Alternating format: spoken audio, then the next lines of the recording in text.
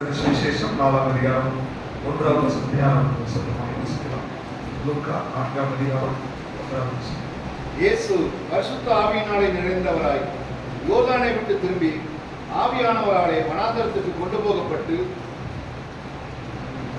அப்போஸ்தலர் நடவடிக்கைகள் 30ஆம் அதிகாரம் 38ஆம் வசனம். 10ஆம் அதிகாரம் 38ஆம் வசனம். இயேசுவை தேவன் பரிசுத்த ஆவியினாலும் வல்லமையினாலும் அபிஷேகம் பண்ணினார். தேவன் அவருடனே கூட இருந்தபடியினாலே அவர் நன்மை செய்கிறவராயும் பிசாசின் வல்லமையில் அகப்பட்ட யாவரையும் குணமாக்குகிறவராயும் சுற்றித்திருந்தார். இயேசு கிறிஸ்து பரிசுத்த ஆவியினாலே நிரப்பப்பட்டார். அப்போஸ்தலர் நடவடிக்கைகள் 10ஆம் அதிகாரம் 38ஆவது வசனம் சொல்லுது, இயேசு கிறிஸ்து பரிசுத்த ஆவியினாலேயும் வல்லமையினாலேயும் அபிஷேகம் பண்ணப்பட்டிருக்கிறார். சரிங்களா? அவர் பரிசுத்த ஆவியினால அபிஷேகம் பண்ணப்பட்ட ஒரு தெய்வமாய் இருந்தார். யோவான் 3ஆம் அதிகாரம் 34வது வசனம். தேவனால் அனுப்பப்பட்டவர் தேவனுடைய வார்த்தைகளை பேசுகிறார். தேவன் அவருக்கு தமது ஆவியை அளவில்லாமல் கொடுத்திருக்கிறார். இயேசு கிறிஸ்துவை பற்றி சொல்லப்பட்டிருக்கிறது, அவர் தேவனால் அனுப்பப்பட்டவர். அவருக்கு தேவன் தம்முடைய ஆவியை அன்லிமிட்டடா அவருக்கு கொடுத்திருக்கிறார். ஓகே, அடுத்தது 1 கொரிந்தியர் 6ஆம் அதிகாரம் 19வது வசனம். உங்கள் சரீரமானது நீங்கள் தேவனாலே பெற்றும் உங்களில் தங்கியும் இருக்கிற பரிசுத்த ஆவியினுடைய ஆலயமாய் இருக்கிறது என்று நீங்கள் உங்களுடையவர்கள் அல்லவென்றும் அறியுங்களா? இப்பொழுது கொரிந்தியர்கள் நிருபத்தில் விசுவாசிகளை குறித்து சொல்லப்பட்டிருக்கிறது. உங்களுடைய சரீரம் பரிசுத்த ஆவியினுடைய ஆலயமாய் இருக்கிறது. ஹல்லேலூயா, ஹல்லேலூயா. ஓகே, எல்லாம் பைபிள் வாசிங்க, தலை நிமிர்ந்துக்கோங்க. இந்த வசனங்கள் ரொம்ப தெளிவாய் சொல்லப்பட்டிருக்கிறது. இயேசு கிறிஸ்து பரிசுத்த ஆவியினாலே நிரப்பப்பட்டார். இயேசு கிறிஸ்து அபிஷேகம் பண்ணப்பட்டார். இயேசு கிறிஸ்து வல்லமையினால நிரப்பப்பட்டிருந்தார். அவரை தேவன் அபிஷேகம் பண்ணியிருந்தார். இயேசு கிறிஸ்துவினுடைய ஊழியத்தினுடைய ரகசியம், இயேசு கிறிஸ்துவினுடைய வெற்றியின் ரகசியம், அவர் பரிசுத்த ஆவியினால நிரப்பப்பட்டு அபிஷேகம் பண்ணப்பட்டு அவர் அதிகாரமுடையவராய் இருந்தார். இப்போ இயேசு கிறிஸ்துவுக்கு வேதம் தெளிவாய் சொல்லுகிறது, தம்முடைய ஆவியை அளவில்லாமல் அவர் கொடுத்திருந்தார். அதுக்கு லிமிட்டே வைக்கல. தேவன் தம்முடைய வல்லமைக்கும் தம்முடைய அதிகாரத்துக்கும் தம்முடைய மகத்துவத்திற்கும் லிமிட்டே வைக்கல. என்ன வேணாலும் செய்யும், என்ன வேணாலும் நடக்கும் அப்படின்னு சொல்லி தம்முடைய ஆவியை அளவில்லாதபடி இயேசு கிறிஸ்துவுக்கு கொடுத்திருந்தார். இப்போ விசுவாசிகளை குறித்து சொல்லப்படும் போது கொரிந்தியருக்கு எழுதின நிருபத்தில் நம்ம வாசிக்கிறோம், இந்த அளவில்லாமல் கொடுக்கப்பட்ட ஆவியானவர், அதிகாரமுடைய ஆவியானவர், அற்புதங்களை செய்கிற ஆவியானவர், விடுவிக்கிற ஆவியானவர், இந்த மகத்துவங்கள் எல்லாம் இயேசுவுக்குள்ளிருந்து செயல்படுத்தின ஆவியானவர் நமக்குள்ளே தங்கி இருக்க விரும்புகிறார். நம்முடைய சரீரமே அவர் தங்குகிற ஆலயமாய் மாறுகிறது. ஹல்லேலூயா, ஹல்லேலூயா. இப்போ இயேசு கிறிஸ்து ஊழியம் செய்யும்போது அவர் சொன்னாரு, அவருக்கு ஆவியை அளவில்லாதபடி கொடுக்கப்பட்டிருந்ததுனால அவர் சொன்னார், நிறைய அற்புதங்களை அடையாளங்களை செய்தார். கடைசியில் ஊழியத்தின் முடிவில் சொல்றாரு, என்னை விசுவாசிக்கிறவன் என்னிலும் பெரிய காரியங்களை செஞ்சிருவான். அப்படின்னா எனக்கே அளவில்லாம ஆவி கொடுக்கப்பட்டிருக்குது. ஆனா என்னை விசுவாசிக்கிறவனுக்கு அதை விட அளவில்லாம என்னவெல்லாம் கேட்கிறானோ, என்னவெல்லாம் சிச்சுவேஷனோ அப்படி செயல்படும்படி எனக்குள்ள செயல்பட்டதை விட அவர்களுக்குள்ளும் செயல்படுவதற்கு இந்த ஆவியானவர் தெளிவாய் இருக்கிறார், வாஞ்சையா இருக்கிறார் என்று அந்த வசனத்தில் ஆண்டவர் சொல்லுகிறார். எத்தனை பேர் அதை விசுவாசிக்கிறீங்க? ஹல்லேலூயா. சீசருடைய வாழ்க்கையில நீங்க பாத்தீங்கன்னா, இயேசு கிறிஸ்து 3 வருஷம் ஊழியம் செய்தார். 3 வருஷத்துல பலத்த காரியங்களை அவர் செய்தார். சீசருடைய ஊழியத்தை பாத்தீங்கன்னா இவரை விட அடுத்த லெவலுக்கு என்ன பண்றாங்க அந்த ஊழியத்தை. அதுக்காக இயேசுவை விட மேலானவர்கள் சொல்றது இல்ல, பரிசுத்த ஆவியானவர் இன்னும் அதிகமாய் அவர்கள் மூலமா என்ன பண்ணாரு? செயல்பட ஆரம்பித்தார். இன்னைக்கு கூட ஆவியானவர் என்ன விரும்புகிறார் அப்படின்னா, நான் இயேசு கிறிஸ்துவுக்குள்ளிருந்து செயல்பட்டேன், நான் சீசர்களுக்குள்ளிருந்து செயல்பட்டேன், நான் எப்போதுமே ஒவ்வொரு காலகட்டத்திலும் அந்த காலகட்டத்துக்கு தகுந்த மாதிரி என்னுடைய வல்லமைகளையும் என்னுடைய மகிமைகளையும் என்னுடைய பராக்கிரமத்தையும் வெளிப்படுத்த வேண்டும் என்று நான் வாஞ்சை உள்ளவராய் இருக்கிறேன். முதல் நூற்றாண்டுல பிரச்சனை வந்துச்சு, அப்ப அவர்களுக்கு என்ன தேவையோ அதன்படி நான் வெளிப்பட்டேன். அதுக்கு நமக்கு முன்னோர்களுடைய வாழ்க்கையில, ஊழியர்களுடைய வாழ்க்கையில 1000 போராட்டங்கள் இருந்துச்சு. அந்த சூழ்நிலைக்கு தகுந்த மாதிரி நான் அவங்களை நடத்தினேன். பட் இன்னைக்கு நீங்கள் வாழ்ந்து கொண்டிருக்கிற காலகட்டத்துல உங்க குடும்பங்கள், சபை, உங்க சூழ்நிலைகள், இந்த சரௌண்டிங்ல ஆவியானவர் எவ்வளவு தேவையோ அவ்வளவாய் கொடுக்கப்படுவதற்கு ஆவியானவர் இன்றைக்கு வாஞ்சை உள்ளவராய் நம்முடைய மத்தியிலே வந்திருக்கிறார். ஹல்லேலூயா, ஹல்லேலூயா. அப்ப இயேசு கிறிஸ்து இந்த பரிசுத்த ஆவியினால நிரப்பப்பட்டார். filled by the Holy Spirit. இந்த filling அல்லது fill பண்ணுகிற process அப்படினா அது எப்படி இன்டர்பிரட் பண்றாங்க அப்படினா, ஒரு பாத்திரத்துல இப்படி நிறைக்கிறது கிடையாது. அதனுடைய உண்மையான அர்த்தம் controlled by the Holy Spirit. Control பண்ணுகிறது அப்படினா, இயேசு கிறிஸ்து மனுஷனாக இந்த பூமியில பிறந்தார். அவருடைய உணர்வுகள் பரிசுத்த ஆவியினால கண்ட்ரோல் பண்ணப்பட்டது. அவருடைய சித்தம் பரிசுத்த ஆவியினால கண்ட்ரோல் பண்ணப்பட்டது. அவருடைய சரீரம் பரிசுத்த ஆவியினால கண்ட்ரோல் பண்ணப்பட்டது. அவருடைய ஆவி, ஆத்துமா, சரீரம் முழுவதுமே பரிசுத்த ஆவியினால் முழுவதும் கண்ட்ரோல் பண்ணப்பட்டது. இன்னொரு வார்த்தையில சொல்லணும்னா, இயேசு கிறிஸ்து பரிசுத்த ஆவியானவர் தன்னை முழுவதுமாய் கண்ட்ரோல் பண்ணுவதற்கு விட்டு கொடுத்து விட்டார். அவர் கண்ட்ரோல் பண்ணுவதற்கு விட்டு கொடுத்த உடனே ஆவியானவர் முழுவதுமாய் அவரை கண்ட்ரோல் பண்ணதுனால, ஆவியானவர் முழுவதுமாய் அவரை ஆளுகை செய்வதனால ஆவியானவரால் முழுமையாய் அவருக்குள்ள இருந்து செயல்பட முடிகிறது. ஹல்லேலூயா. அப்ப இன்னைக்கு அதே ஆவியானவர் இன்னும் அதிகமாய் எனக்குள்ள செயல்பட வேண்டும் என்று விரும்புகிறார். அதே ஆவியானவர் இன்னும் அதிகமாய் எனக்குள்ள வல்லமை வெளிப்படுத்த வேண்டும் என்று விரும்புகிறார். அதே ஆவியானவர் எனக்குள்ள வரங்களையும் வல்லமைகளையும் கிருபைகளையும் அதை விட அதிகமாய் கொடுக்க வேண்டும் என்று விரும்புகிறார். அந்த விருப்பத்தினுடைய அர்த்தம் என்ன தெரியுமா? நான் அதை விட அதிகமாய் உங்களை கண்ட்ரோல் பண்ண வேண்டும் என்று விரும்புகிறேன். எத்தனை பேர் கண்ட்ரோல் பண்றது விட்டு கொடுக்க ஆயத்தமா இருக்கீங்க? என்னை நிரப்புங்க ஆண்டவரே, என்னை நிரப்புங்கப்பா, என்னை அபிஷேகம் பண்ணுங்க ஆண்டவரே, எனக்கு வரங்களை கொடுங்க ஆண்டவரே, எனக்கு வல்லமை கொடுங்க ஆண்டவரே. நீங்க ஜெபிக்கிறது சரிதான், நீங்க தாகத்தோடு இருக்கிறது சரிதான், நீங்க அதற்காக போராடுகிறது சரிதான். ஆனா நீங்க ஆண்டவர் சொல்றாரு, அதற்கு நானும் ஆயத்தமா தான் இருக்கிறேன். ஆனால் இந்த நிரப்புங்க, என்னை அபிஷேகம் பண்ணுங்கன்னு சொல்ற வார்த்தைக்கு பின்னாடி நான் உங்களை கண்ட்ரோல் பண்ணுவதற்கு நீங்க விட்டு கொடுக்க வேண்டும் என்று சொல்லி ஆண்டவர் விரும்புகிறார். ஆண்டவர் உங்க உணர்வுகளை கண்ட்ரோல் படுத்தணும்னு சொல்லி விரும்புகிறார். ஆண்டவர் உங்களுடைய ஆசைகளை கண்ட்ரோல் பண்ண வேண்டும் என்று விரும்புகிறார். ஆண்டவர் உங்க சுயத்தை கண்ட்ரோல் பண்ண வேண்டும் என்று விரும்புகிறார். ஆண்டவர் உங்க சரீரத்தை கண்ட்ரோல் பண்ண வேண்டும் என்று விரும்புகிறார். ஆண்டவர் உங்களுடைய குடும்பத்தை கண்ட்ரோல் பண்ண வேண்டும் என்று விரும்புகிறார். ஆண்டவர் உங்க ஊழியத்தை கண்ட்ரோல் பண்ண வேண்டும் என்று விரும்புகிறார். ஆண்டவர் உங்க வாழ்க்கையை கண்ட்ரோல் பண்ண வேண்டும் என்று விரும்புகிறார். ஆவியானவருக்கு இந்த வாஞ்சையோட தான் வந்து கொண்டே இருக்கிறார். அதனாலதான் ஒவ்வொரு தடவையும் நீங்கள் ஏமாந்து போகிறதுடைய காரணம் என்னன்னா, இன்னும் எதையும் நான் அவருடைய கண்ட்ரோலுக்கு விட்டு கொடுக்கல, இன்னும் நான் ஏன் கண்ட்ரோல்ல வைத்துக் கொண்டிருக்கிறேன். நீங்க ஆண்டவர் சொல்றாரு, உன் கண்ட்ரோல்ல நீங்க வைத்துக் கொண்டிருக்கிற பல காரியங்கள் ஆவியானவரால் உங்களை நிரப்ப முடியவில்லை. உங்க கண்ட்ரோல்ல நீங்க வைத்துக் கொண்டிருக்கிற பல விஷயங்கள் ஆவியானவரால் செயல்படுவதற்கு தடையாய் இருக்கிறது. ஆதி காலத்துல அன்னைக்கு அவங்களுக்கு டிஸ்ட்ராக்ஷன்ஸ் நிறைய கிடையாது. அன்னைக்கு அவர்கள் தேவ சமூகத்துல உட்கார்ந்து இருந்தாங்க. இன்னைக்கு நம்மை டைவர்ட் பண்றதுக்கு, நம்மை டிஸ்ட்ராக்ட் பண்றதுக்கு நிறைய விஷயங்கள் உலகத்துல வந்துருச்சு. தரிசனம் உள்ளவர்கள் மேல, அபிஷேகம் உள்ளவர்கள் மேல, தேவன் முன்குறித்த தேவ பிள்ளைகள் மேல அவர்களை டைவர்ட் பண்ணி, அவர்களை கவர்ந்து இழுத்து, அவர்களை தேவ சமூகத்துல நெருங்க விடக்கூடாது. வாலிப பிள்ளைகளை ஆண்டவரிடத்துல சேர விடக்கூடாது. பெரியவர்களை தேவ சமூகத்துல உட்கார விடக்கூடாது.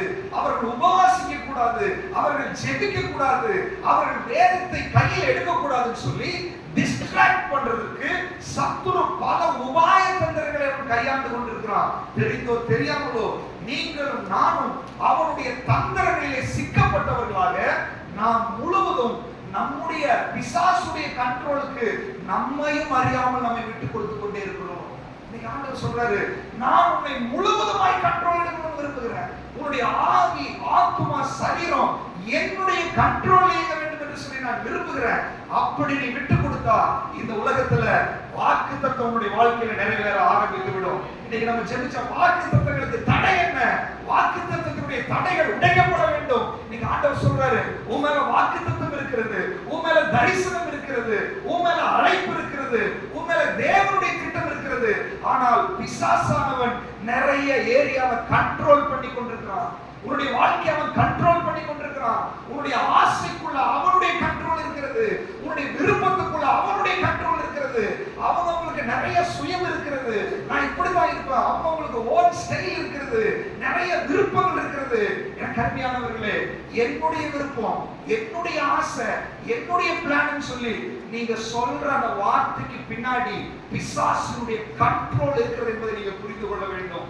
எனக்கு விருப்பம் இருக்கிறது, என்னுடைய ஆசை என்று சொல்லி உங்களுடைய சுய தீர்மானத்திற்கு பின்பாக, உங்களுடைய சுய செயல்பாட்டிற்கு பின்பாக சத்துருவினுடைய பலத்த கரம் அந்த இடத்துல இருக்கிறது. இன்னைக்கு ஆண்டவர் சொல்றாரு, நீயாக ஒப்பு கொடுக்காவிட்டால், இல்ல ஆண்டவரே பிசாசு கண்ட்ரோல் எடுக்கிறதுக்கு நான் விட்டு கொடுக்க மாட்டேன், அவனுடைய நேரத்தை திருடுறதுக்கு நான் விட மாட்டேன்.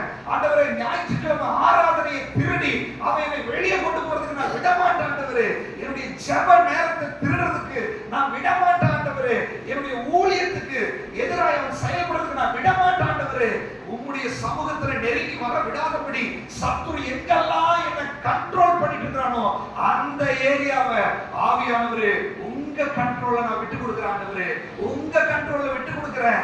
என்னுடைய வாயை நீங்க கண்ட்ரோல் பண்ணுங்க, என்னுடைய கண்ணை நீங்க கண்ட்ரோல் பண்ணுங்க, என்னுடைய காதை நீங்க கண்ட்ரோல் பண்ணுங்க, என் கையை நீங்க கண்ட்ரோல் பண்ணுங்க, என் காலை நீங்க கண்ட்ரோல் பண்ணுங்க, என் இருதயத்தை கண்ட்ரோல் பண்ணுங்க, என் சிந்தனைகளை கண்ட்ரோல் பண்ணுங்க, என் வாகனத்தை கண்ட்ரோல் பண்ணுங்க, என் வீட்டை நீங்க கண்ட்ரோல் பண்ணுங்க. என்னுடைய எல்லா ஏரியாவிலையும் பரிசுத்த ஆவியானவரே நீர் கண்ட்ரோல் பண்ணுவதற்கு நான் விட்டு கொடுக்கிறேன். ஆண்டவரே நீர் கண்ட்ரோல் பண்றதுக்கு நான் விட்டு கொடுக்கிறேன். ஆண்டவரே சொல்லி நீ விட்டு கொடுக்கும் போது பரிசுத்த ஆவியானுடைய பலத்த கரம் உங்களை பிடிக்க ஆரம்பித்து விடும். பரிசுத்த ஆவியானுடைய கரம் உங்க மேல அமர ஆரம்பித்து விடும். நீங்க சரண்டர் பண்ணும்போது பரிசுத்த ஆவியானவருடைய நதி பாய்வதற்கு வழி உண்டாக்கி விடும். நீங்க சரண்டர் பண்ணும்போது பரிசுத்த ஆவியானவர் உங்களை முழுவதுமாய் ஆளுகை செய்து எடுத்து வல்லமையாய் பயன்படுத்துவதற்கு தேவன் இன்றைக்கு விருப்பம் உள்ளவராய் இருக்கிறார். ஹல்லேலூயா, ஹல்லேலூயா. இயேசு கிறிஸ்து யோவான் ஸ்நானகன் ஞானஸ்நானம் கொடுத்துட்டு இருக்கிறான். இயேசு கிறிஸ்து போறாரு, எனக்கு ஞானஸ்நானம் கொடு. அவன் சொல்றான், இல்ல ஆண்டவரே, நீர் உலகத்தின் பாவத்தை சுமந்து தீர்க்க வந்த தேவ ஆட்டுக்குட்டி, நீர் என்னிலும் பெரியவர் ஆண்டவரே, உங்களுடைய பாதரட்சியின் வாரை அவிழ்க்கிறதுக்கு கூட எனக்கு பாத்திரம் அல்ல ஆண்டவரே, நான் எப்படி ஆண்டவரே உங்களுக்கு ஞானஸ்நானம் கொடுக்க முடியும்? அவர் சொன்னார், இல்ல இல்ல, இப்படி எல்லா நீதியும் நிறைவேற்றுவது தேவனுக்கு பிரியமாயிருக்கிறது. அவருக்கு பாவம் கிடையாது, அவர் பாவ மன்னிப்புக்கு என்று ஞானஸ்நானம் எடுக்க வேண்டிய அவசியம் கிடையாது. ஆனால் இப்படி எல்லா நீதியும் நிறைவேற்றுவது தேவனுக்கு பிரியமா இருக்கிறது. என்ன நடந்துச்சு தெரியுமா? அவர் தண்ணிக்குள்ள ஒரு அடி எடுத்து வைக்கும் போதும், தண்ணிக்குள்ள முழுகும் போதும், யோவான் அவருக்கு ஞானஸ்நானம் கொடுக்கும் போது, அந்த யோவான் ஸ்நானகனுக்கு கீழே அடங்கும் போது அவருடைய சுயம், அவருடைய சரீரம், அவருடைய ஆவி, ஆத்மா, சரீரம் முழுவதையுமே ஆவியானவருடைய ஆளுகைக்கு விட்டு கொடுக்க ஆரம்பித்து விட்டார். ஆவியானவருடைய ஆளுகைக்கு விட்டு கொடுக்கிறதா ஒவ்வொரு ஸ்டெப்பா தண்ணிக்குள்ள இறங்குகிறார், ஒவ்வொரு ஸ்டெப்பா உள்ள போறாரு. அவருடைய கால் வைக்கும் போது அவருடைய கால் ஆவியானவர் கண்ட்ரோல் எடுக்கிறாரு, அவருடைய முழங்கால் ஆவியானவர் கண்ட்ரோல் எடுக்கிறாரு, அவருடைய இடுப்பு ஆவியானவர் கண்ட்ரோல் எடுக்கிறாரு. அவர் முழுகும் போது முழுமையாய் ஆவியானவர் கண்ட்ரோல் எடுக்கிறாரு. அவர் முழுமையாய் கண்ட்ரோல் கொடுத்ததுனால இதோ புறாவை போல ஆவியானவர் இறங்கி வர ஆரம்பித்தார். வானம் திறக்கப்பட ஆரம்பித்தது. உனக்கு எதிராய் வானம் கருகலாய் இருப்பதற்கும், உனக்கு எதிராய் அடைக்கப்பட்ட வாசல்கள் இருப்பதற்கும், உனக்கு எதிராய் வெண்கல கதவுகள் போல விடுதலையும் ஆசீர்வாதம் நடக்காததுக்கு காரணம் நீ ஆண்டவர் சொல்றாரு, நீ தண்ணிக்குள்ள இறங்கினாய், ஆனால் முழுவதுமாய் இறங்கவில்லை. நீ ஞானஸ்நானம் எடுத்த முழுவதும் நீ கண்ட்ரோல் போல கொடுக்கல. இன்னும் உன்னுடைய சுயம் இருக்கிறது, இன்னும் உன்னுடைய பலவீனம் இருக்கிறது, இன்னும் உன்னுடைய ஆசைகள் இருக்கிறது, இன்னும் உன்னுடைய பழைய பாவ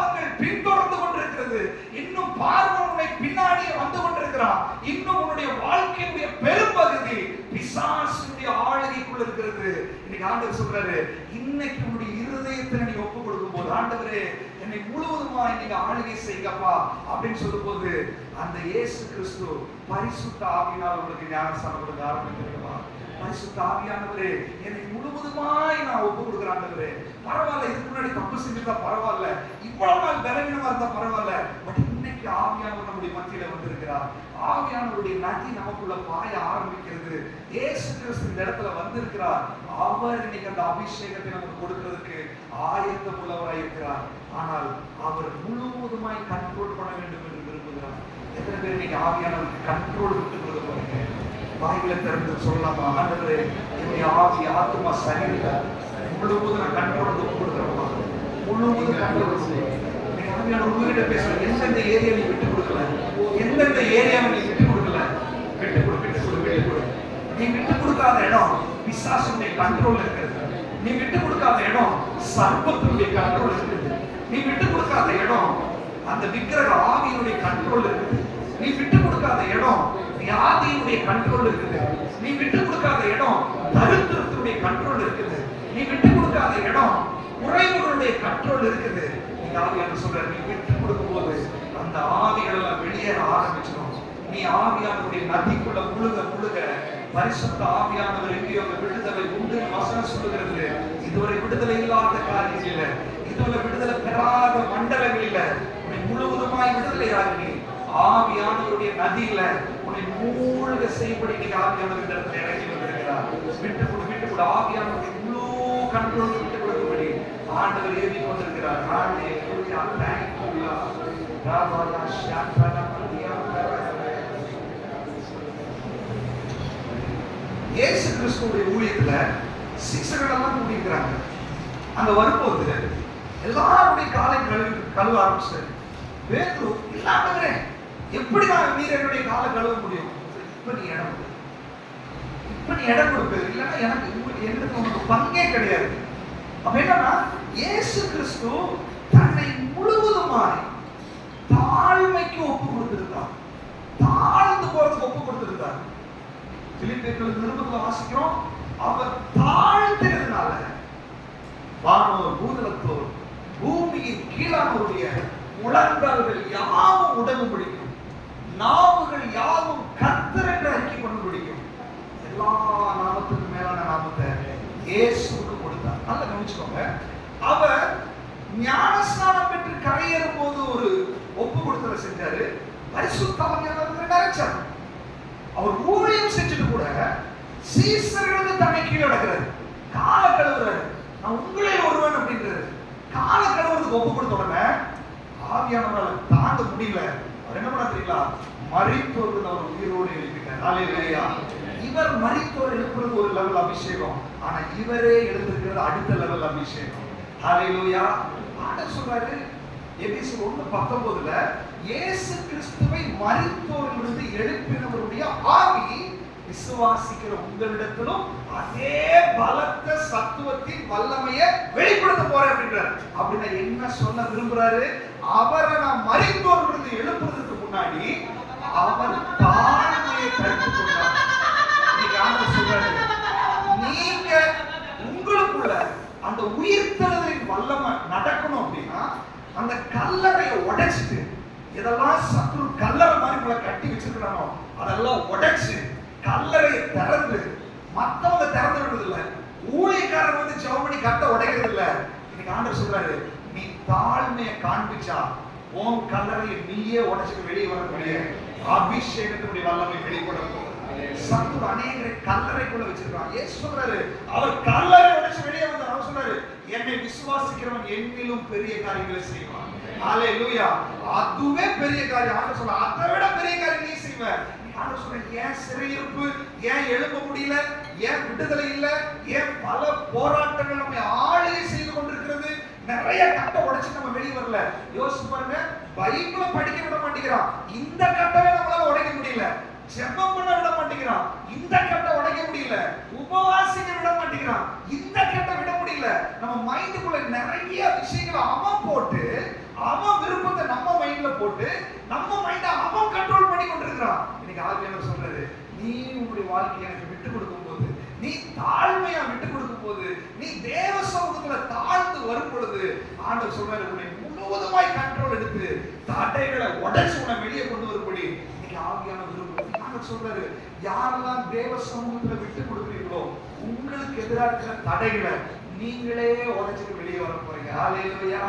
கோழி குட்டைக்குள்ள பாருங்க, அந்த கோழி குஞ்சு பருவம் வாங்கும்போது கொஞ்ச நேரம் அந்த தோலை உடைச்சிட்டு வெளியே வரும். ஆண்டவர் சொல்றாரு, உனக்குள்ள இருக்கிற தரிசனம், உனக்குள்ள இருக்கிற அபிஷேகம், உன் மேல இருக்கிற தேவ திட்டம் இதெல்லாம் வெளியே வரக்கூடாதுன்னு சொல்லி சத்துரு பலவிதமான போராட்டங்களை போட்டு உங்க மைண்டே உங்களுக்கு ஒரு சிறைச்சாலையா மாறி, உங்க மைண்டே உங்களுக்கு ஒரு கல்லறை தோட்டமா மாறி, உங்க மைண்டே கல்லறை அடைச்சிருக்கிற கல்லா மாறி உங்களை தடுத்து கொண்டிருக்கிறான். இன்னைக்கு ஆண்டவர் சொல்றாரு, இதை புரட்டுறதுக்கு லாசரோட கல்லறை மாதிரி ஆட்கள் தேவையில்லை.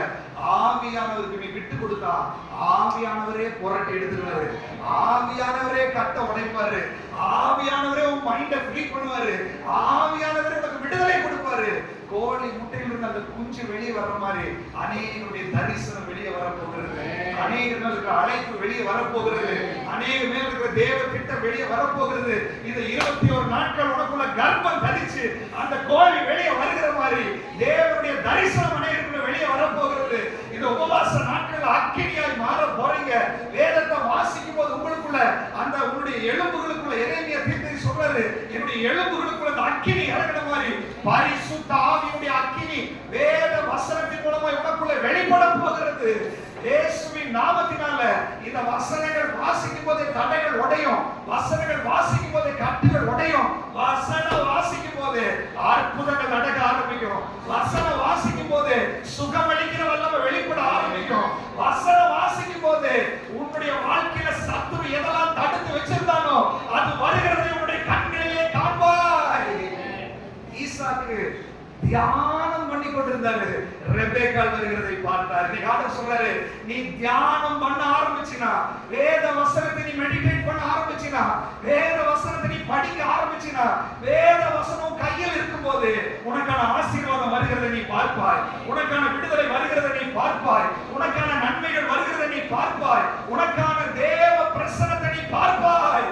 ஆண்டவர் சொல்றாரு, நிறைய ஆசீர்வாதங்கள் உனக்கு தூரமா இருக்கிறது, நீ வேதத்தை கையில் எடு. உன்னுடைய ஆசீர்வாதங்களை கவர்ந்து இழுக்கக்கூடிய பவர் இந்த வார்த்தைக்கு உண்டு.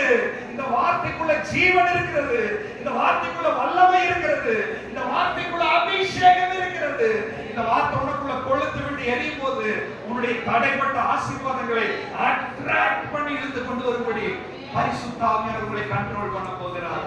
எதற்கு நீங்க ஆவியானவருடைய கண்ட்ரோல் விட்டு கொடுக்க போறீங்க? ஆவியானவரே நீ முழுவதுமாய் ஒரு கண்ட்ரோல் விட்டு கொடுக்கிறோம், முழுவதுமாய் கண்ட்ரோல் விட்டு கொடுக்கிறோம். இந்த பரிசுத்த ஆவியானவர் குறித்து வேதம் சொல்லுகிறது. யோவான் எழுதின சுவிசேஷம் 16ஆம் அதிகாரம் 13ஆவது வசனம்.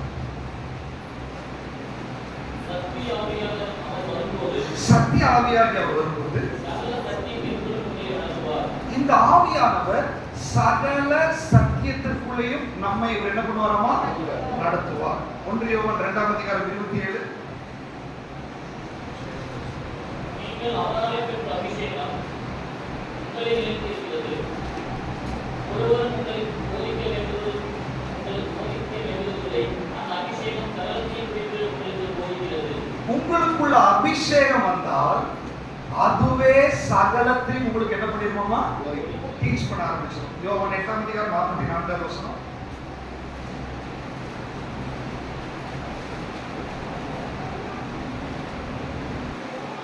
நீங்கள் உங்கள் பிதாவாகிய பிசாசினால் உண்டானவர்கள், உங்கள் பிதாவினுடைய இச்சைகளின்படி செய்ய மனதாய் இருக்கிறீர்கள்.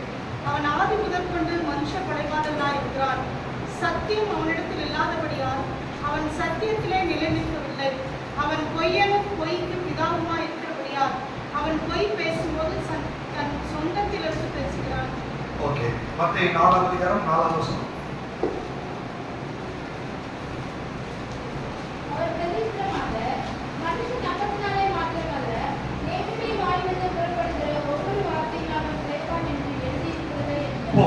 நம்ம வாசிச்ச வசனங்களை நீங்க நல்லா கவனிச்சு பாத்தீங்கன்னா, பரிசுத்த ஆவியானவர் நமக்குள்ள வருகிறதே வேத வசனத்தை நமக்கு புரிய வைக்கிறதுக்காக தான். நிறைய பேர் நான் வசனத்தை படிக்கிற எனக்கு புரியல, வசனத்தை படிக்கிற எனக்கு விளங்க மாட்டேங்குது, என்ன சொல்றதுன்னு எனக்கு தெரியல. நல்லா கவனிச்சுக்கோங்க, உங்க விடுதலையே வசனத்துக்குள்ளதான் இருக்குது.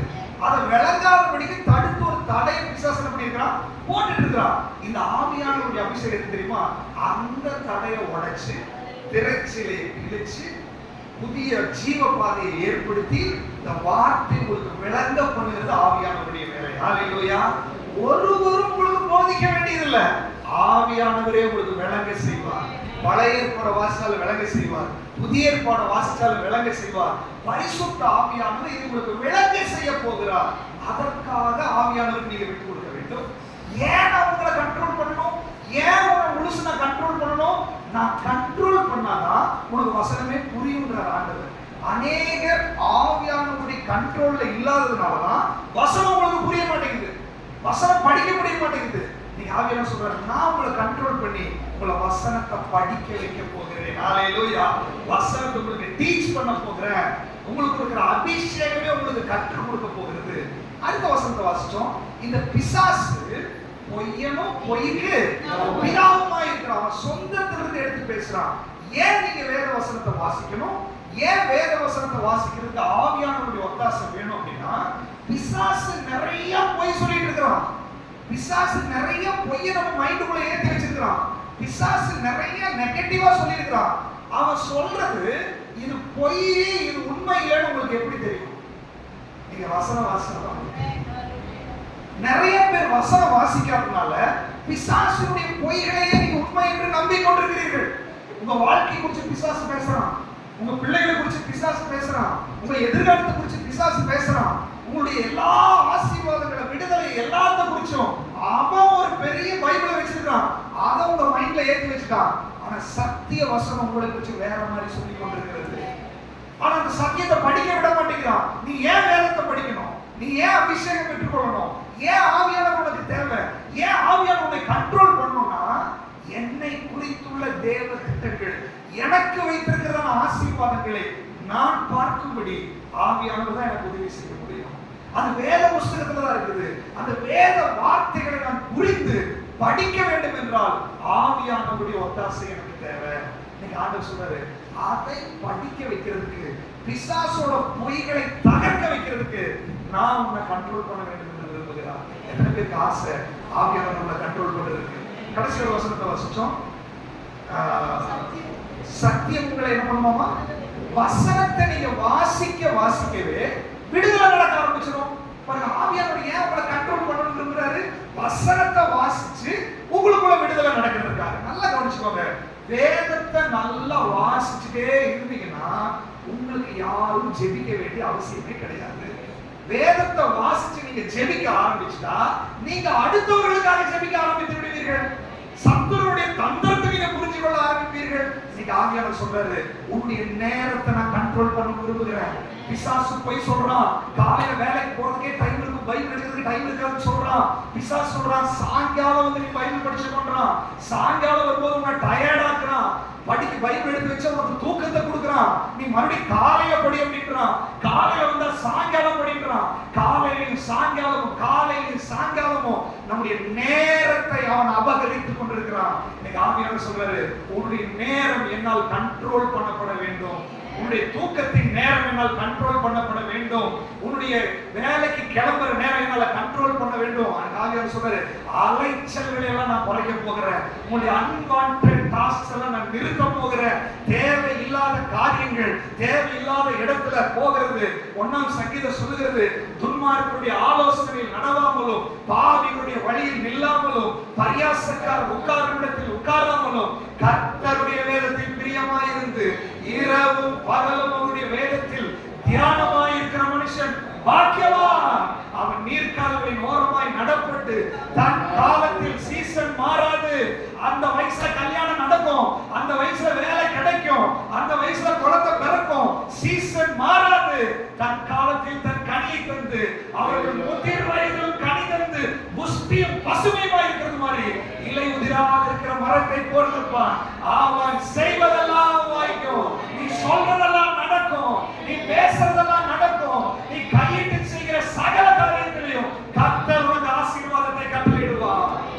இது பிசாசுக்கு தெரிஞ்சு நேரத்தை அவன் கண்ட்ரோல் பண்ணி கொண்டிருக்கிறான். இன்னைக்கு ஆவியானவர் கேட்கிறாரு, உன்னுடைய நேரத்தை நான் கண்ட்ரோல் பண்ண வேண்டும். இயேசு கிறிஸ்து அதிக நேரம் தனியா ஜெபிக்க போயிட்டாரு. அதிக நேரம் தேவ சமூகத்துல உட்கார ஆரம்பிச்சாரு. பிதாவின் சித்தம் செய்யறதா என்னுடைய போஜனமா இருக்குன்றாரு. அவர் அனாவசியமான காரியங்கள் இல்ல. இன்னைக்கு ஆண்டவர் சொல்றாரு, ஒவ்வொருத்தருடைய வாழ்க்கையில நம்முடைய அலைச்சல்களையும் அனாவசியமான பேச்சுக்களையும் அனாவசியமான டிராவல்களையும் அனாவசியமான காரியங்களையும் ஆவியானவர் கண்ட்ரோல் எடுக்கிறதுக்கு எத்தனை பேர் நீங்க விட்டு கொடுக்க போறீங்க? அதை செஞ்சாதான் உன் விடுதலை நீ பார்க்க முடியுற ஆண்டவர். எல்லாம் வாயில ஒப்பு கொடுக்கலாம். ஆண்டவரே, என்னை அலைய வைக்கிறாப்பா, தேவத்துக்கு முன்னாடி உட்கார விட மாட்டேங்கிறாப்பா, அன்வான்டா நிறைய இடத்துக்கு நான் போறேன், தேவையில்லாத இடத்துக்கு நான் போறேன், அங்க போயிட்டு வந்தா எனக்கு நிம்மதியே இல்ல, அங்க போயிட்டு வந்தா எனக்கு சமாதானம் இல்ல. ஆண்டவரே, என்னுடைய அலைச்சல்கள் எல்லாம் நீங்க கண்ட்ரோல் பண்ணுங்க, என்னுடைய நேரத்தை நீங்க கண்ட்ரோல் பண்ணுங்க, காலையோர் புதிய கிருபை கொடுக்கும்படி என்னை கண்ட்ரோல் பண்ணுங்க. ஆண்டவரே, ஆண்டவரே, முழுவதும் கண்ட்ரோல்ல நான் விட்டு கொடுக்கிறேன், என்னை முழுவதும் கண்ட்ரோல்ல விட்டு கொடுக்கிறேன், என்னை கண்ட்ரோல் பண்ணுங்க, என் நேரத்தை ஒரு கண்ட்ரோல் பண்ணுங்க. 24 மணி நேரத்தை உங்களுடைய கண்ட்ரோல்ல விட்டு கொடுக்கிறேன். நான் தூங்குற நேரத்தை நீங்க டிசைட் பண்ணுங்க, நான் எழுந்துகிற நேரத்தை நீங்க டிசைட் பண்ணுங்க, நான் வேலைக்கு போற நேரத்தை நீங்க டிசைட் பண்ணுங்க, நான் திரும்பி வீட்டுக்கு வர்ற நேரத்தை நீங்க டிசைட் பண்ணுங்க, நான் தூங்க போகிற நேரத்தை நீங்க டிசைட் பண்ணுங்க. என் நேரத்தை மொபைல் டிசைட் பண்ணக்கூடாது, என் நேரத்தை என்னோட ஃப்ரெண்ட்ஸ் டிசைட் பண்ணக்கூடாது, என் நேரத்தை என்னோட சொந்த பந்தங்கள் டிசைட் பண்ணக்கூடாது, என் நேரத்தை என்னுடைய வேலை ஸ்தலம் டிசைட் பண்ணக்கூடாது. அது பரிசுத்த ஆவியானவர் டிசைட் பண்ணபடி ஆவியானவரே நான் விட்டு கொடுக்குறாங்க சொல்லுங்க. இன்னைக்கு ஆவியானவர் உங்க 24 மணி நேரத்தை கண்ட்ரோல் எடுக்கிறார், உங்க நேரத்தை கண்ட்ரோல் எடுக்கிற ஆண்டவர். நீ வேத வாசிக்கிறதுக்கு நிறைய நேரம் கிடைக்க போகிறது, தேவ சமூகத்துல நிறைய நேரம் இருக்க போறீங்க, நீ சீக்கிரம் தூக்கி எழும்ப போறீங்க, வெளியேற போறீங்க, நேரத்துல மனிதனுக்கு கிருபை செய்ய போகிறாரு. அனாவசியமான போன் கால்கள் வராது, அனாவசியமான டிஸ்டர்பன்ஸ் வராது, தேவையில்லாத இடத்துக்கு உன் கால் போகாது, தேவையில்லாத மனிதர்களோடு பேசாது. இயேசுவின் நாமத்துல பரிசுத்த ஆவியானவர் முழுவதுமாய் கண்ட்ரோல் எடுக்கிறார். ஆவியானவர் முழுவதுமாய் கண்ட்ரோல் எடுக்க விரும்புகிறார். என் வேதத்தினுடைய மகத்துவங்களை நான் காமிக்க போகிறேன், என்னுடைய வேதத்துடைய ரகசியங்களை நான் உங்களுக்கு காமிக்க போகிறேன். இதுக்கு அநேக பிரீச்சரா மாற போறீங்க, ரெவலேஷன்ஸ் பயங்கரமா மாற போறீங்க. நாங்கெல்லாம் பிரசங்கம் பண்ணதை விட அடுத்த லெவல்ல பிரீச் பண்ண போறீங்க. ஆவியானவருடைய மறைபொருளை எடுத்து நீங்க பேச போறீங்க. அநேகருக்குள்ள தேவனுடைய தீர்க்க தரிசனம் வர வெளிப்பட போகிறது. தீர்க்க தரிசனமாய் நீ பேச போறீங்க. ப்ரொஃபெட்டிக்கல் அனாயிண்டிங் அநேகருக்குள்ள கட்டி பிடிக்க போகிறது. ஏதோ சாதாரண ப்ரொஃபெட்டிக்கல் வெளிப்பாடுகள் கிடையாது. டீப் ரெவலேஷன்ஸ், டீப் ப்ரொஃபெட்டிக்கல் ஃப்ளோ, வேத வசனத்தின் ஆதாரத்தின்படி தீர்க்க தரிசனமுடைய ஆவி உங்களை பற்றி பிடிக்க போகிறது. உங்கள் ஃபைவ்ஃபோல்ட் மினிஸ்ட்ரியில உன்னுடைய அழைப்புக்கு தேவையான தேவனுடைய பரிசுத்த ஆவியின் கரம் உன்னை பற்றி பிடிக்க போகிறது. The mighty power of the Lord, the prophetical anointing, இயேசுவின் நாமத்தினால அது கட்டவிழ்க்கப்படுகிறது, கட்டவிழ்க்கப்படுகிறது. அடுத்த லெவலுக்கு ஆபரேட் ஆக போறீங்க, அடுத்த லெவலுக்கு ஆபரேட் ஆக போறீங்க. பரிசுத்த ஆவியானவர் செய்ய போறாரு. ஒரு கண்ட்ரோல் பண்ண ஹோலி ஸ்பிரிட், இது பரிசுத்த ஆவியானவர் கண்ட்ரோல் பண்ண போறீங்க. ஆவியானவரை கண்ட்ரோல் பண்ண போறாரு. உங்க கிட்ட ஆவியானவர் கண்ட்ரோல் பண்ணிக்கிட்டே போறாரு. அத பிசாசு கண்ட்ரோல் பண்ண முடியாது, மனுஷங்களை கண்ட்ரோல் பண்ண முடியாது. பரிசுத்த ஆவியானவரை கண்ட்ரோல் எடுக்க போகிறாரு. இயேசு முழுவதுமாய் பரிசுத்த ஆவியை கண்ட்ரோல் எடுத்தாரு. நீங்க கண்ட்ரோல் மாற போறீங்க, நீங்க கண்ட்ரோல் மாற போறீங்க. Thank you Lord. Hallelujah. Thank you Holy Spirit. பரிசுத்த ஆவியானவர் பிசாசு நம்மளை அலக்கழிச்சு நம்முடைய நேரங்களையும் நம்முடைய காரியங்களையும் வீணடிச்சு கொண்டு இவ்வளோ நாளாயம் நம்மளை ஏமாத்தி கொண்டிருக்கலாம். இந்த ஆவியானவருக்கு ஒரு வைராக்கியம் வந்துருச்சு. என் பிள்ளைய முழுசு நான் கையில் எடுக்க போறேன், என் பிள்ளைய நான் கண்ட்ரோல் எடுக்க போறேன், என் பிள்ளையோட நேரத்தை நான் கண்ட்ரோல் எடுக்க போறேன், என் பிள்ளையோட எல்லாத்தையும் நான் கண்ட்ரோல் எடுக்க போறேன். அதுக்கு முன்னாடி அவரு ஒண்ணு எதிர்பார்க்கிறாரு. இயேசு தன்னை ஒப்பு கொடுத்தது போல, இயேசு தன்னை தாழ்த்தினது போல, இயேசு தண்ணிக்குள்ள இறங்கி வந்தது போல நீங்க முழுவதுமா கண்ட்ரோல் எடுத்துக்கோங்கப்பா.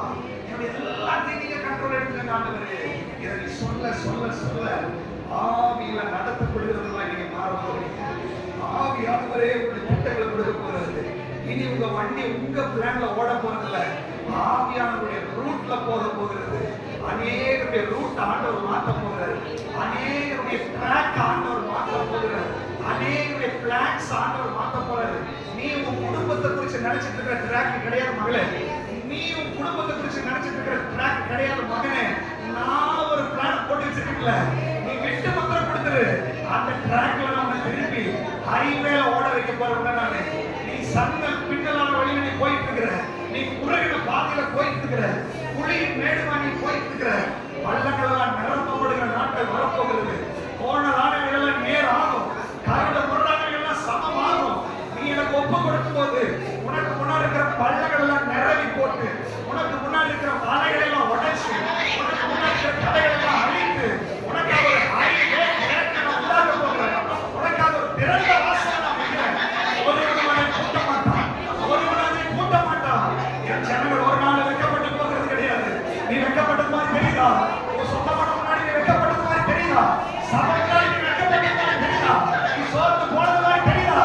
நோ, என் ஜனம் ஒரு நாள் வெட்கப்படாது. என் ஜனம் ஒரு நாள் தலை முடியாது. என் ஜனம் ஒரு நாள் கண்ணீர் வடிக்காது. என் ஜனத்துக்காக என் ஜீவனையே கொடுக்கிறேன். ஆடுகளுக்காக என் ஜீவனையே கொடுக்கிறேன். உனக்காக அவர் இறங்கி வருவார். உனக்காக அவர் அற்புதம் செய்வார். வாழ்க்கையை மாற்றும்படி பரிசுத்த ஆவியானவர் இறங்கி வந்திருக்கிறார்.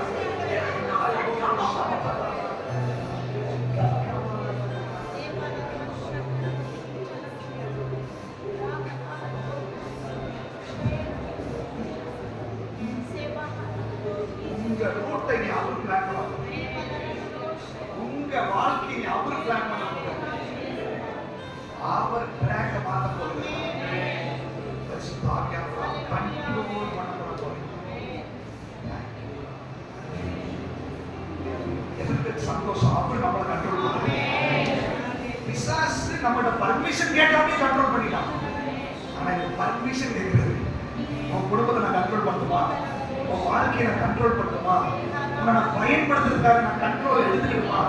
யாரும் சொல்றாரு, சண்டை போடுறான், நான் என்னை கண்ட்ரோல் பண்ணுவேன், என்னை எடுத்துக்க ஆண்டவரே, என்னை தர ஆண்டவரே. நிறைய நான் தரேன் நீ ஏமாத்துக்க, நான் தரல. நிறைய இடத்த தரேன்ட்டு நிறைய கொஞ்சம் இடத்த நானே வச்சுட்டேன். அனன்யா சப்பீராவை நீங்க நினைச்சுக்கோங்க, அவங்க எல்லாம் தரேன் தான் மனசுல நினைச்சிருந்தான். ஆனா தேவாலயத்துக்கு வந்த போது கொஞ்சம் வஞ்சிச்சு வச்சு அதை கொண்டு வந்து நான் எல்லாத்தையும் கொடுக்குறேன்னு சொன்னான். பேதுரு வந்து முன்னாடி நிற்கும் போது பேதுரு ஒரு வார்த்தை சொல்றாரு, பரிசுத்த ஆவிக்கு விரோதமாய் பொய் சொல்றதுக்கு நீங்க துணிகரம் பண்ணது என்ன? பரிசுத்த ஆவிக்கு விரோதமாய் பொய் சொல்வதற்கு நீங்க ஒருமனப்பட்டது என்ன? கல்யாணத்திலே அதே பரிசுத்த ஆவியானவர் நீங்க துக்கப்பட்டு கொண்டிருக்கிறார். உங்களுடைய வாழ்க்கையில எத்தனையோ நீ தீர்மானம் பண்ற, எத்தனையோ காரியங்களை நீ ஒப்பு கொடுத்த, ஆனா சிலரை நீ வஞ்சிச்சு வச்சுட்ட. சில ஏரியாவை நீ ஆண்டவருக்கு கொடுக்கல, சில காரியத்தை நீ ஆண்டவருக்கு கொடுக்கல, சில காரியத்துல நீ ஆண்டவர் செயல்படுறதுக்கு விடல. அவர் ஏமாந்துட்டார் நீ நினைச்சியோ, அவர் பார்க்கல நீ நினைச்சியோ, அவர் மறந்தார் என்று நீ நினைச்சியா? பேதுரு ஆவியானவருடைய உணர்வுகளை வெளிப்படுத்துறாரு. பரிசுத்த ஆவியை நீங்க துக்கப்படுத்தாதீங்க, பரிசுத்த ஆவியானவரை நீங்க ஏமாற்றாதீங்க. பரிசுத்த ஆவியானவருக்கு விரோதமான பாவம் அது இம்மையிலும் மறுமையிலும் மன்னிக்கப்பட முடியாதது. இன்னைக்கு ஆவியானவர் நிற்கிறாரு. அன்னைக்கு அனன்யா சப்பீரால் அவங்க ஜீவனே போயிடுச்சு. அன்னைக்கு ஆண்டவர் நமக்கு ஜீவனை கொடுத்துட்டு மறுபடியும் ரெக்வெஸ்ட் பண்றாரு, நான் உன்னை கண்ட்ரோல் பண்ணட்டுமா, நான் உன்னை கண்ட்ரோல் பண்ணட்டுமா? இன்னைக்கு ஆண்டவர் எதை தெரியுமா கேட்கிறாரு? நீ வாயை திறந்து நிறைய கண்ட்ரோல் பண்றதுக்கு விட்டு கொடுக்குற, ஆனா அது எனக்கு வேண்டாம் மகளே. நீ ஒழிச்சு வச்சிருக்கிற பாரு ஒரு பங்கு, அதை எனக்கு நீ விட்டு கொடு. நீ உனக்கு ஒரு சீக்கிரட்டா வச்சிருக்க பாரு, உனக்கு ஒரு ஸ்டைல் வச்சிருக்க பாரு, உனக்கு ஒரு நேச்சர் வச்சிருக்க பாரு, உனக்கு ஒரு ஸ்டைல், உனக்கு ஒரு காரியத்தை நான் இப்படித்தான் அப்படின்னு ஒரு ஒரு ஃபிகர் வச்சுட்டு அது வீட்டுக்குள்ளேயே வச்சுட்டு நீங்க வந்துட்டு பாரு. இன்னைக்கு ஆண்டவர் சொல்றாரு, நீங்க வந்துருக்கிற பட் என் கண் அந்த வீட்டுல இருக்கிற அந்த பங்கெல்லாம் பார்த்து கொண்டிருக்கிறது. அதுதான் எனக்கு வேணும், அதுதான் எனக்கு வேணும். அதை நீ கொடுக்காத வரைக்கும் நான் உன்னை கண்ட்ரோல் எடுக்க முடியாது. இன்னைக்கு ஆண்டவர் சொல்றாரு, அதை பிசாசு கண்ட்ரோல் பண்ணிட்டு இருக்கிற உனக்கு தெரியல. நீ நினைச்சிட்டு இருக்கிற விருப்பம், நீ நினைச்சிட்டு இருக்கிற உனக்கு இதுதான் நல்லது அப்படின்னு. உனக்கு எது நல்லதுன்னு உனக்கு தெரியாத மகனே, உனக்கு எது நல்லது உனக்கு தெரியாத மகனே. இன்னைக்கு உன் பார்வைக்கு நல்லது மாதிரி தெரியும். சோதோம் கொமோரா பார்வைக்கு செழிப்பா இருந்துச்சு, லோத்து செலக்ட் பண்ணிட்டு போயிட்டான். ஆனா ஒரு நாள் அக்கினியும் கந்தமும் இறங்கி பட்சிச்சு போட்டுச்சு. இன்னைக்கு உனக்கு நன்மையாய் தெரியறதெல்லாம் அது ஒரு சோதோம் கொமோராவா இருக்குது. நீ அதை விட்டு கொடுத்துருங்க ஆண்டவருடைய சமூகத்துல. அது விட்டு கொடுத்தது. அது பரிசுத்த ஆவியானவர் கண்ட்ரோல் பண்ண வேண்டும் என்று விரும்புகிறார். எத்தனை பேர் ஒப்பு கொடுக்க போறீங்க? ஆண்டவரே, அவர் கண்ட்ரோல் பண்றதுக்கு நான் விட்டு கொடுக்குறேன்ப்பா. நீங்க கண்ட்ரோல் பண்றதுக்கு நான் விட்டு கொடுக்குறேன். என்னுடைய விருப்பங்கள், என்னுடைய ஆசைகள், என்னுடைய ஓன் இமேஜ், எனக்கு ஒரு ஸ்டாண்டர்ட் இப்படித்தான் அப்படி ஒரு லைனை போடுறது யாரும் நமக்கு சொன்னது? அந்த லைனை போட்ட பொல்லாத ஆவியை நீங்க ஆண்டவர் உடைக்கிறார் பொழுது அந்த பாறையை உடைச்சு ஆண்டவர் வெளியே கொண்டு வர போகிறாரு. எகிப்துல 430 வருஷம் ஒரு லைனை போட்டு பார்வை கண்ட்ரோல் பண்ணி கொண்டிருந்தான். இயேசு இறங்கினாருங்க, ஆவியானவர் இறங்கினாரு, செங்கடலையே பிளந்து ஜனத்தை வெளியே கொண்டு வந்த மாதிரி உன்னுடைய லைனை பிரேக் பண்றது ஆண்டவருக்கு அற்பமான காரியம். ஆனா நீ விட்டு கொடுக்கணும், நீ விட்டு கொடுக்கணும். நீங்க ஆவியானவரை விட்டு கொடுக்கும்படி உங்களை ஏவி சொல்றது. எத்தனை பேர் விட்டு கொடுக்கணும்? வாய் பண்ணி சொல்லுங்க, நான் விட்டு கொடுக்குறேன், நான் விட்டு கொடுக்குறேன்.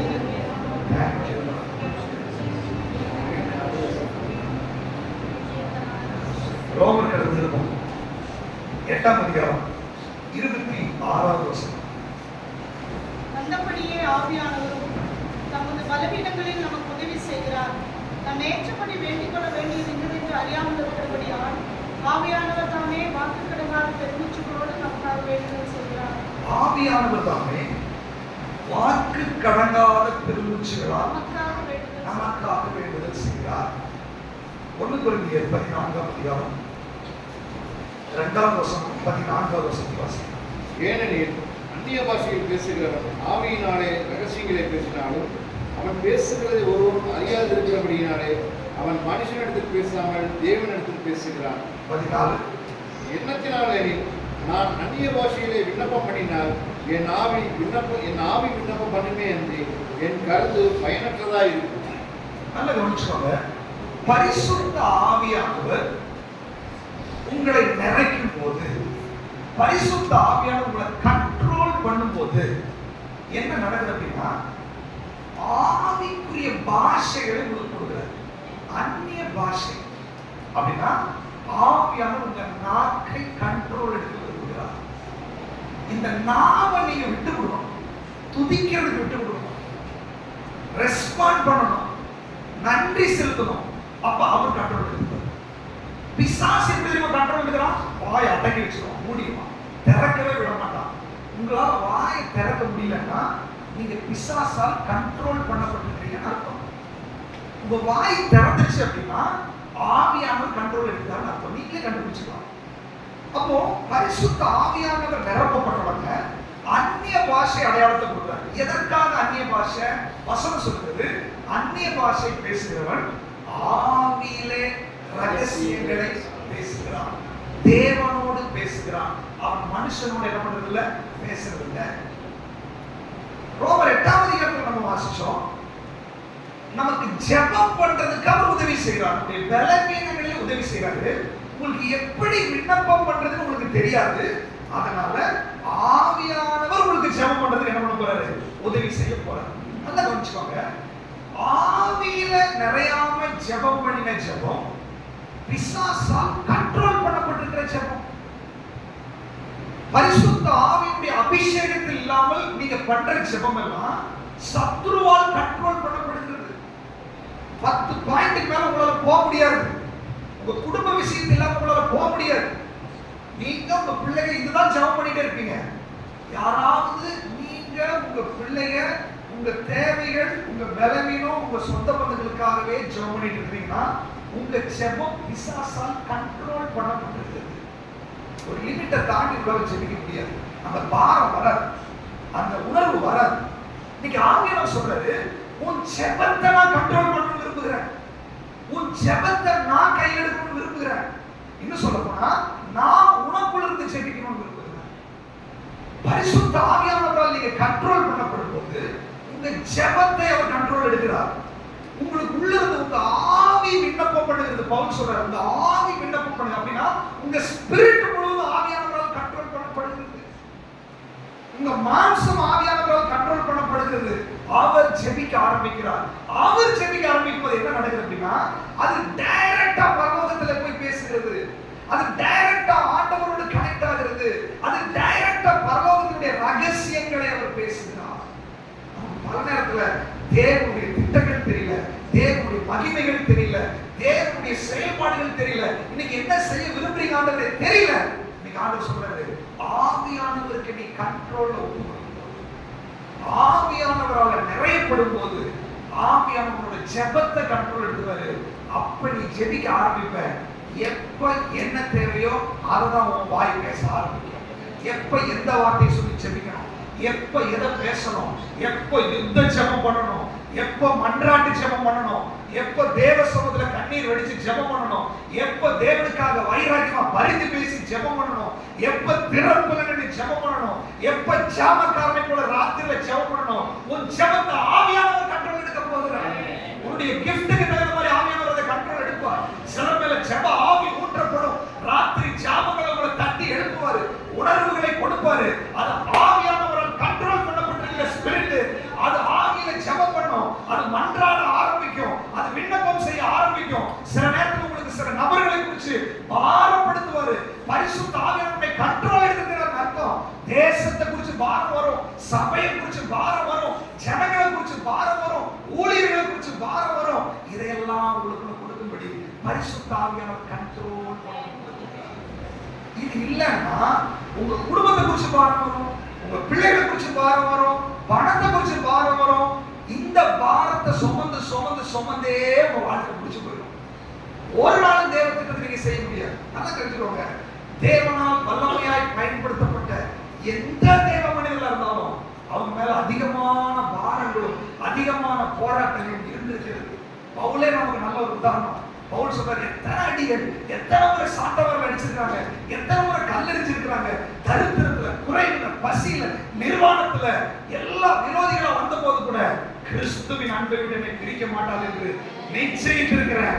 ஆண்டவர் சொல்ற, அப்படிப்பட்ட அபிஷேகம் பண்ணப்பட்ட தேவ மனிதர்களை எழுப்ப போகிறார். ஹல்லேலூயா. சின்ன சின்ன விஷயங்களுக்கெல்லாம் பாரப்பட்டு கொண்டிருந்தார். சின்ன சின்ன விஷயங்களுக்கெல்லாம் நீ அழுது புலம்புற. நீ அநேக ஜெபத்துல ஏசப்பா ஏசப்பா ஒரு குழந்தை மாதிரி நீ ஆண்டவரை கேள்வி கேட்டுட்டு ஆண்டவர் சொல்ல, இல்ல நீ குழந்தை பருவத்தில் இருந்தது போதும், நீ குழந்தையா இருந்து அழுது போதும், குழந்தையா இருந்து கேள்வி கேட்டது போதும். நீ புருஷனாக மாறுபடி தேவன் விரும்புகிறார். நீ சர்வாயுதம் பெற்றுக்கொள்ளபடி தேவன் விரும்புகிறார். யுத்த ஜெபத்தை பண்ணும்படி தேவன் உங்களை அழைக்கிறார். பரிந்து பேசி ஜெபிக்கும்படி தேவன் உங்களை அழைக்கிறார். திறப்பல நின்று மன்றாடும்படி தேவன் உங்களை அழைக்கிறார். எலியா கருத்துள்ள ஜெபம் பண்ணாரு. அவர் தேசத்தின் மேல் பாரமுள்ளவராய் இருந்தாரு, ஜனத்தின் மேல் பாரமுள்ளவராய் இருந்தாரு.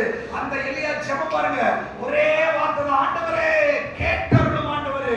அக்கினி இறங்கி வர ஆரம்பிச்சிருச்சு, அக்கினி இறங்கி பட்சிக்க ஆரம்பிச்சிருச்சு. எலிசா தேவ மனுஷன், ஆத்ம பாரமுள்ள மனுஷன், ஆண்டவரே அப்படின்னாரு. அக்கினி இறங்கி பட்சிக்க ஆரம்பிச்சிருச்சு. ஆகாம் ராஜா பயப்பட ஆரம்பிச்சான், ராஜாக்கள் நடுங்க ஆரம்பிச்சாங்க. தீர்க்கதரிசிகளுக்குள்ள அந்த ஜெபம் இருந்துச்சு, தீர்க்கதரிசிகளுக்குள்ள அந்த மன்றாட்டின் ஆவி இருந்துச்சு, அந்த விண்ணப்பத்தின் ஆவி இருந்துச்சு, அந்த பரிந்து பேசுகிற ஆவி இருந்துச்சு. நீங்க ஆண்டவர் சொல்ற, ஜெபத்தை முழுவதும் நான் கண்ட்ரோல் எடுக்கணும். அந்த லிஸ்ட் மளிகை லிஸ்ட் ஜெபத்தை ஆண்டவர் மாத்த போறாரு. அது ஒருவேளை உங்களுடைய அவசர ஜெபமா இருந்தா கூட ஆவியானவரால் கண்ட்ரோல் பண்ண முடியல ஜெபமா மாற போகிறது. நீ வண்டியில போய் பண்ணுகிற ஜெபமா இருந்தா கூட அதுவும் ஆவியானவரால் கண்ட்ரோல் பண்ணுகிற ஜெபமா மாற போகுது. நீ தூக்கத்துல ஜெபம் பண்ணாலும் அது பரிசுத்த ஆவியானவருடைய ஜெபிக்க வைக்க போகிறாரு. சாப்பாட்டுக்கு ஜெபம் பண்ணும்போது கூட ஒரு ப்ராஃபட்டிக்கல் பிரேயராக மாற போகிறது.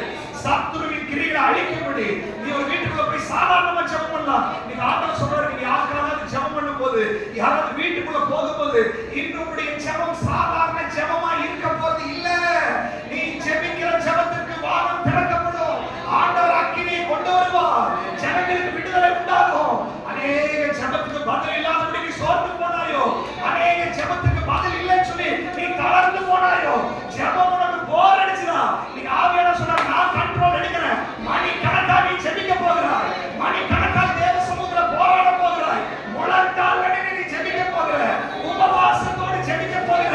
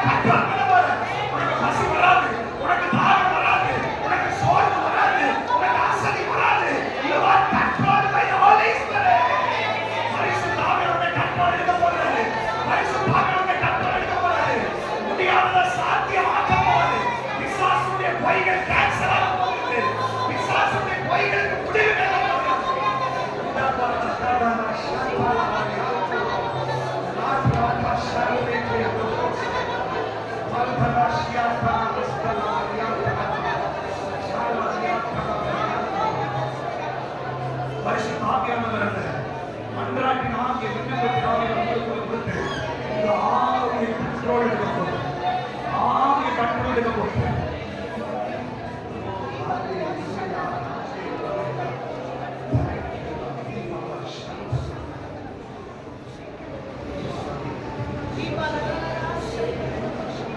அப்போஸ்தலர் 4:31 சொல்லுது, அவர்கள் ஒருமனப்பட்டு ஜெபம் பண்ணினார்கள், அவர்கள் கூடியிருந்த இடம் அசைய ஆரம்பித்தது. ஏன் தெரியுமா? அன்னைக்கு கூடியிருந்தாங்க இல்லையா, அவங்க எல்லாருடைய ஜெபமும் பரிசுத்த ஆவியானவரால் கண்ட்ரோல் பண்ணப்படுது. அந்த மூக்கனாக பரிசுத்த ஆவிகிட்டு இருந்துச்சு. ஆவியானவரை கை பண்ண ஆரம்பிச்சாரு. நான் சொல்றேன், 21 நாள் உபவாச ஜெபத்துல உங்க குடும்பம் பரிசுத்த ஆவியுடைய கண்ட்ரோல்ல போகும். உங்க ஜெபம் பரிசுத்த ஆவியுடைய கண்ட்ரோல்ல போகும். இந்த சபை ஒருமனப்பட்டு பரிசுத்த ஆவியான கண்ட்ரோல் எடுக்கும். நான் சொல்றேன், இந்த 21 நாள்ல எதெல்லாம் இதுவரைக்கும் உங்க வாழ்க்கையில பிசாசு பொய்ய சொல்லி சாப்பிடாமனால இருக்க முடியாது, 2 நேரம் சாப்பிடாமனால இருக்க முடியாது, சாப்பிடாம நீ வேலைக்கு போக முடியாது, உனக்கு இந்த பொய்களை எல்லாம் முறியடிச்சு சொல்றாரு, என் சுவாசத்தை நான் உனக்குள்ள புரிகிறேன், உன் ஜீவன் ஏன் கையில் இருக்குது, உன் சரீரத்துடைய மேனுஃபேக்சர் நானு, உன்னுடைய இருதயம் ஏன் கண்ட்ரோல் இருக்குது, உன் உடல்கள் ஏன் கண்ட்ரோல் இருக்குது, உன்னுடைய ஒரு ஈரல் கல்லீரல் ஏன் கண்ட்ரோல் இருக்குது, உன் கிட்னி ஏன் கண்ட்ரோல் இருக்குது, உன்னுடைய ஒவ்வொரு உறுப்புகளும் நான் கண்ட்ரோல் எடுத்துக்கிற மகளே, அதனுடைய மேனுஃபேக்சர் சொல்றாரு, நீ என் சமூகத்தை நீ காத்திருக்கும் போது புது பலன் அடைந்து கர்த்தருக்கு காத்திருக்கிறவர்கள் புது பலன் அடைந்து கழுகுகளை போல சட்டைகளை அணிந்து எழும்புவார்கள். அவர்கள் ஓடினாலும் இளைப்படையார்கள், நடந்தாலும் சோர்ந்து போனார்கள். இளைப்பு உண்டாகாது, சோர்வு உண்டாகாது. நீ ஜெபிக்கிற ஜெபத்துல அக்கினி மூட போகிறது. நீ ஜெபிக்கிற விஷயத்துல 24 நாட்கள் அசைவு உண்டாக போகிறது, அசைவு உண்டாக போகிறது, பிசாசுகள் நடுங்க போகிறது. ஒருமனப்பட்டு ஜெபிக்கிற ஒரு கூட்டம் எழுப்பி விட்டது, எழுப்புதலின் கூட்டம் எழுப்பி விட்டது, ஆத்தும பாரமுள்ள கூட்டம் எழுப்பி விட்டது. இனி பிசாசுக்கு இடமில்லை, இனி பிசாசுக்கு இடமில்லை.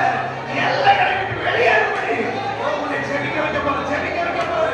ஆதி திருச்சபை அனுபவத்தை கொடுக்க போற, ஆதி அப்போஸ்தலர் அனுபவத்தை கொடுக்க போறாரு. என்னை விசுவாசிக்கிறவன் என்னிலும் பெரிய காரியங்களை செய்வான், என்னிலும் பெரிய காரியங்களை செய்வான், பெரிய காரியங்களை செய்யும்படி பரிசுத்த ஆவியானவரை கண்ட்ரோல் எடுக்க போறாரு, கண்ட்ரோல் எடுக்க போறாரு. இயேசு கிறிஸ்து பரிசுத்த ஆவியால நிறைக்கப்பட்டுள்ளார். Control by the holy spirit. இதான ஒரு ஜெபத்தை நான் கண்ட்ரோல் பண்ணணும். எத்தனை பேர் ஆயத்தம்